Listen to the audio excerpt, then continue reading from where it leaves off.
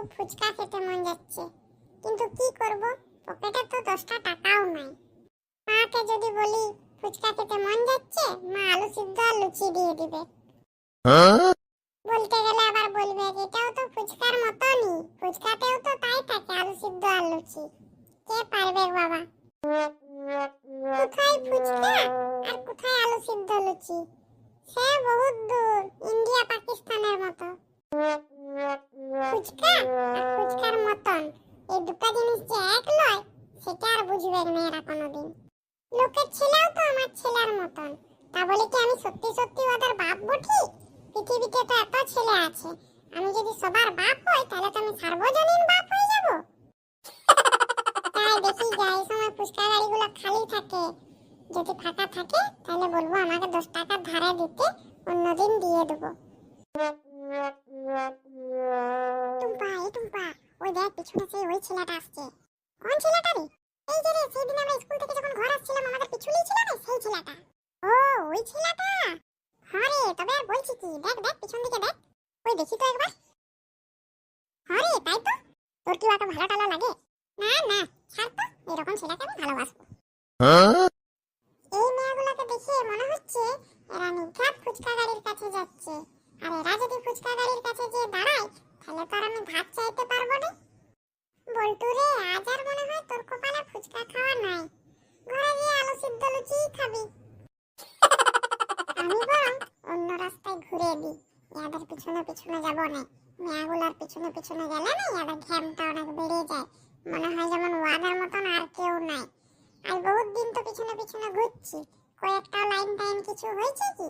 কিছু হয়ও নাই, আর হবে কো নাই। বেকার সে মেরি কুত্তার মতন পিছনে পিছনে না ঘোরার থেকে নিজের সম্মান নিজে রাখা ভালো, অন্য রাস্তায় চলে যায়। কিমা আমার ফোনটা বাজছে মনে হয়, দেখি তো কে ফোন করলো। হ্যাঁ হ্যালো, কে বলছেন? এটা কি আপনি লালবাজার মোড়ের পুলিশ কন্ট্রোল রুম থেকে কথা বলছেন? ইসালা, আমাকে মনে হয় ভেবেছে পুলিশ। যাক গে, যা বটে বটে, মেয়েগুলোর সামনে একটু ঘ্যামটা বাড়ায়, বলি হ্যাঁ আমি পুলিশ বলছি। হ্যাঁ, আমি লালবাজার মোড় পুলিশ কন্ট্রোল রুম থেকে কথা বলছি। আপনি কে বলছেন, কোথা থেকে বলছেন বলুন? ইসম্পা, ছেলেটা মনে হয় পুলিশ। কেন, তুই কি করে বুঝলি?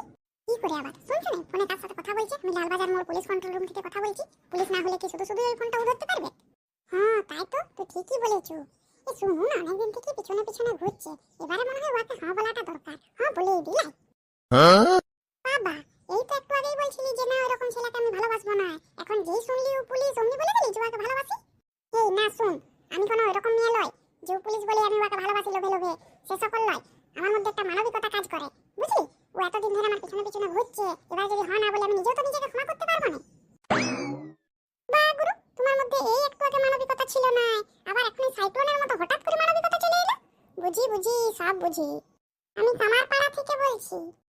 হ্যাঁ সে তো বুঝলাম যে আপনি কামারপাড়া থেকে ফোন করেছেন, কিন্তু কি জন্য ফোন করেছেন সেটা বলুন। দেখুন তো লালবাজার মোড়ের ফুচকা গাড়িটা আজকে দাঁড়িয়েছে কিনা। শালা, আমার কপালে কি জুটে সব এগুলো?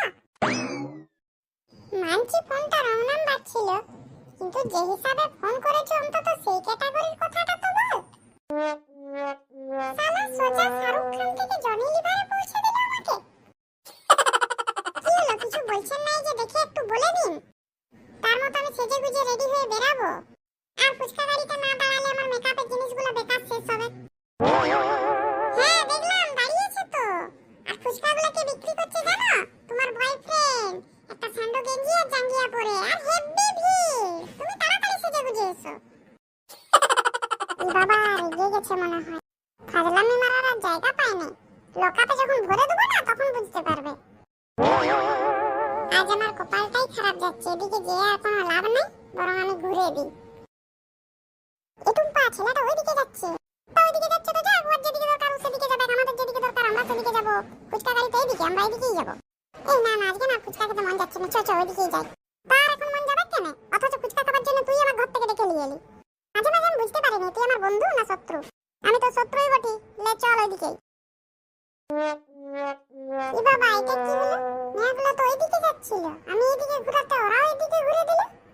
প্রতিদিন আমি মেয়েদের পিছনে ঘুরতাম, আর আজ মেয়েগুলো আমার পিছনে পিছনে ঘুরছে, বিরাট ব্যাপার।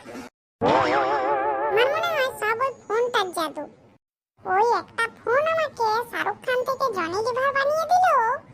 এখন কিন্তু ওই ফোনটার জন্যই আমি সালমান খান হয়ে গেছি।